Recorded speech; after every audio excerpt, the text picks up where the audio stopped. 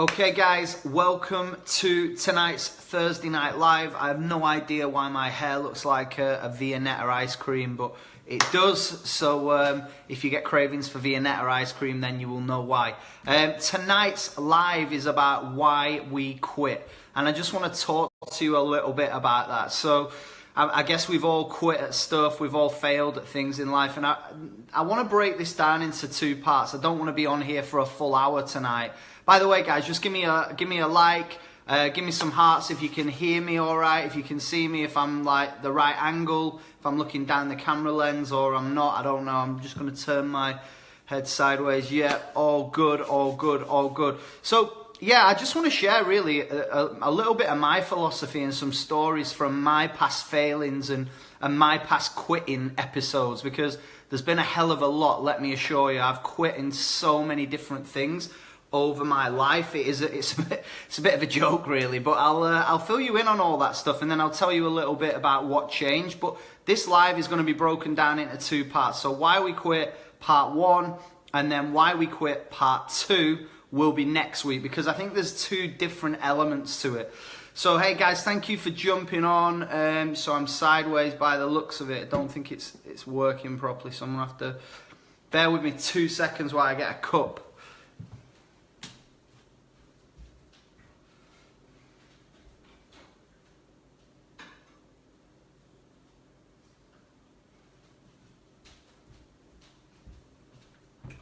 Yeah, sorry guys, my for whatever reason this isn't working properly, so maybe that's a little bit better and you can see me all right. Let me see if this works. Currently balanced in a cup, you can probably hear it rattling a little bit. All right, so there we go guys. So the first thing I want to do is just address a couple of things really about what I've done in the past, and I think we can. Hopefully that's better now. You can see me. Let me just see the comments. Yeah, all good, all good, all good. You can see me literally glancing over into the mug. So yeah, all right. So my past failures have really been down to the fact that I didn't really love what I was doing. And what I mean by that is, look at your past stuff that you've done in your life over the years. I mean, we've all been successful at stuff. We've all been successful in things that we've done over our lifetime, whether you've passed a spelling test at school, whether you've learned how to swim 5 meters, whether you learned how to tie your shoelaces. We've all done stuff that we eventually set a goal and we succeeded.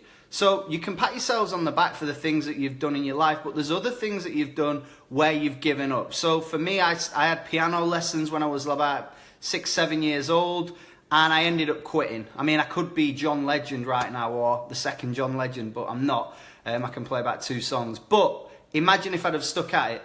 Why did I quit then? What was the reason for that? Why did I give up? I'll tell you why. Because it wasn't fun anymore. I wasn't enjoying it. So for me, if I'm not enjoying something, I tend to stop doing it, or I tend to refocus and look for something else that I really, really enjoy. Look back at when you were at school.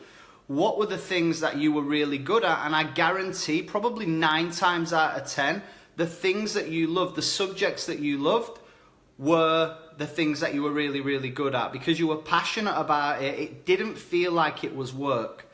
So I want to tell you a couple of stories about when I was doing stuff that I messed up in. The first thing really was I was qualifying, I was training to be a lifeguard. And do you know what? I'll be honest with you. If I wrote down my goals when I was a kid, I was never passionate about sitting by a pool, listening to screaming kids jumping in and out of the water.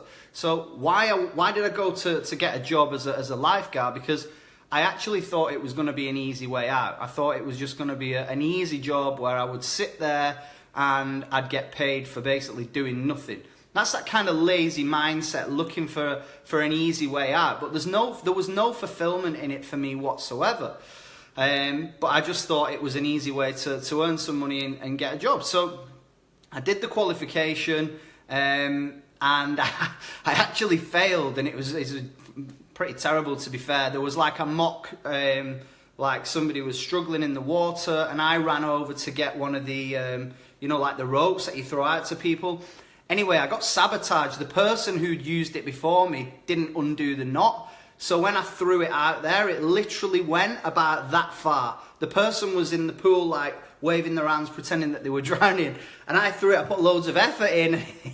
It literally trickled into the water.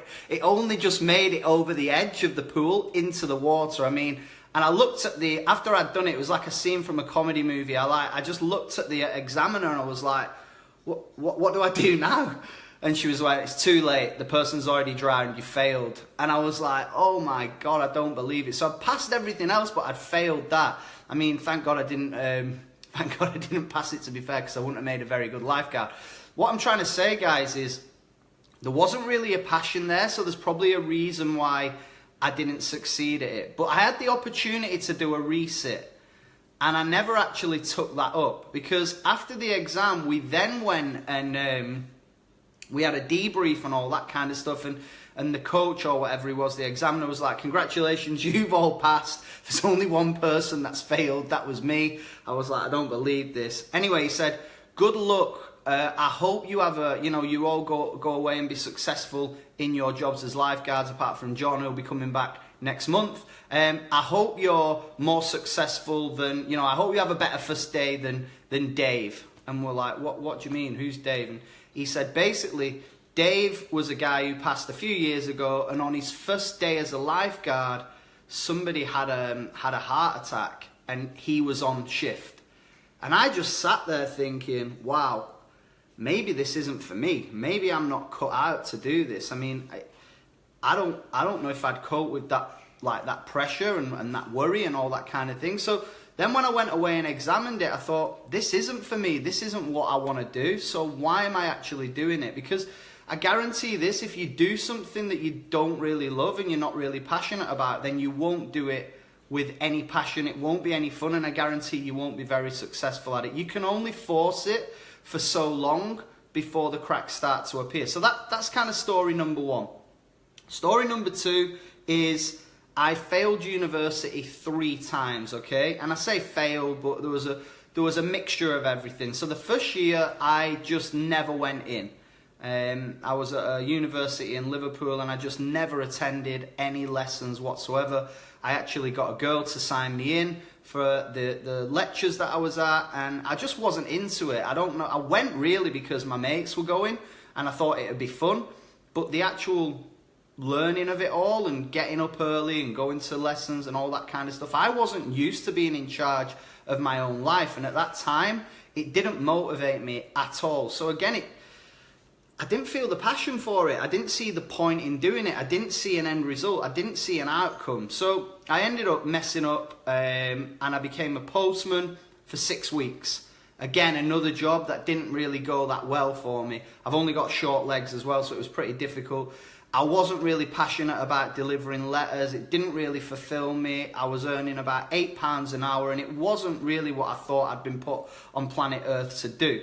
So guess what? I wasn't that passionate about it. I didn't try very hard at it, and eventually I decided to give it up, and it wasn't for me. I went back to university again, and I guess I was looking for an easy way out. I went to a different uni this time, and if I got to the train station and the train was full of people, the thought of getting on a busy train was just a good enough excuse to go, you know what, sack it, I'm not doing this, I'm going home.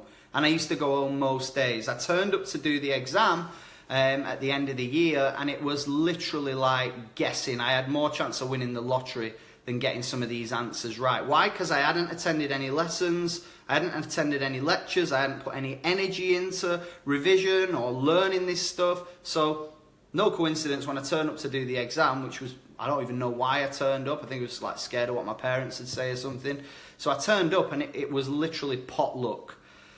So why was that? Again, I wasn't passionate about it. It wasn't fulfilling me. I didn't see an end result. I didn't see a focus. I didn't see a reason to continue. So what I want to do is get you guys to think about stuff that you've quit at. And I'm going to just flip the comments on, because it'd be really interesting to see like what jobs you guys have had that didn't fulfill you, that kind of didn't motivate you. What were the things that you did? Let's just throw out some stuff, because I'm sure some people have done some pretty wild and wacky things that weren't really for them. And then I want to move on to my next point. So cool, that's funny. I can't believe you're a lifeguard, amazing. So yeah, just throw some stuff out. I mean, I didn't qualify as a lifeguard, so it's one of those things. Okay, cool. So quit a beauty therapy course. Lizzie, I would love to know the reason. Door-to-door sales. I left one day at lunchtime. Unbelievable. Retail. Telemarketing. I've actually done that as well. I've been a telemarketer in the past. Fine art degree. Butcher. There we go. Butcher. My granddad used to be a butcher. So, unbelievable. Door-to-door sales. Yeah, there's like waitress. I was a bartender as well. I think I lasted about a year doing that. Did uni for 3 weeks because my friends were going. Turned out I hated it. Very similar to me. Driving instructor. That is a job I would never go for, by the way. In fact, they wouldn't be able to accept me now anyway. I've got too many points. I quit because it wasn't challenging enough. It didn't set my soul on fire. Jewelry apprenticeship, air cadet. Love this guy. So we're all in the same boat. I'm gonna get rid of the comments now because I want to move on. But we're all in the exact same boat. And a lot of the comments there were things that you would never say that you wanted to do when you were growing up as a kid. Like, no one at primary school, when they sat there and they're going, what do you want to be when you grow up? No one says, I want to be a telemarketer. No kid. Go into any school now and ask them. Nobody's saying I want to be a telemarketer. Nobody's saying I want to be a door-to-door salesperson. So what happens, guys, is we end up getting jobs, or we end up following a certain path that we almost feel that we're supposed to go down because it's the easy route, or it's the route that we believe that we should choose. Maybe it's peer pressure from parents. Maybe it's the fact that I'll just do that because I don't know what else to do. And in my life, that was where I was at. I went down a road of just doing stuff because I didn't really find my true calling. I didn't really find my true passion. So after I finally got my degree, I became a personal trainer, and I also qualified as a teacher as well. I got my PGCE.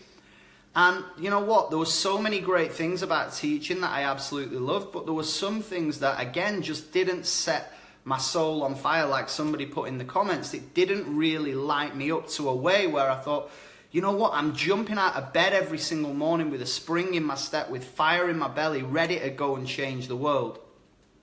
So what you need to think about, guys, is when you're picking what it is that you want to do, and we live in a world now where you can dream again. You can do whatever you want. You've got the power of the internet. You can literally create a business out of anything these days because we've got the internet, we've got social media. You can become a trainer, a coach in anything, or build a business around your hobby. It is really, really that easy and simple to do.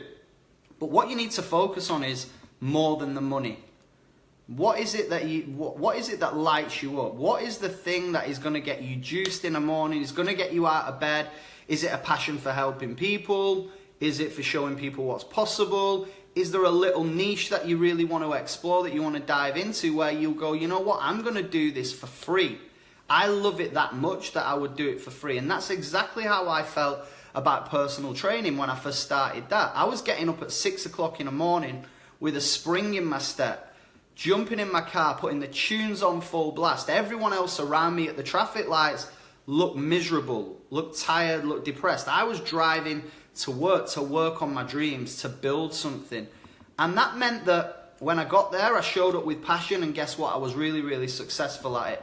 The same reason that made me stay up late at night researching programs, the same reason that made me say, you know what, if you can't make it at 7, I'll hang on another hour and I'll do the session later on so you can get in. So you might be able to then flip it from jobs and things that you did back in the day, what didn't really light you up, to what you're doing now. And that should tick a lot more boxes.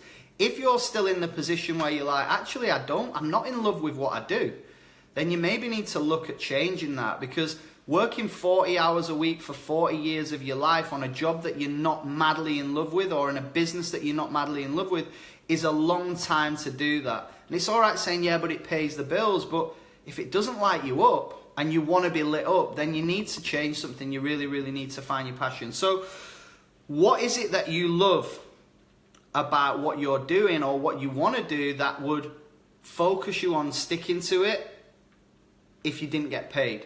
Is it the people? Is it the mission? Is it, you know, the belief, the core belief systems around the service or the product that you represent? All that kind of stuff needs to come into play, because when I joined my company, I didn't make money right at the beginning. I got the concept, I found a product that I could believe in, I got the business model, but I didn't make money right at the beginning. So why did I stay? What was the reason that I stayed? In fact, I didn't really make any real money for probably 3 years. So what were the key things that made me stay? Well, number one, it was fun.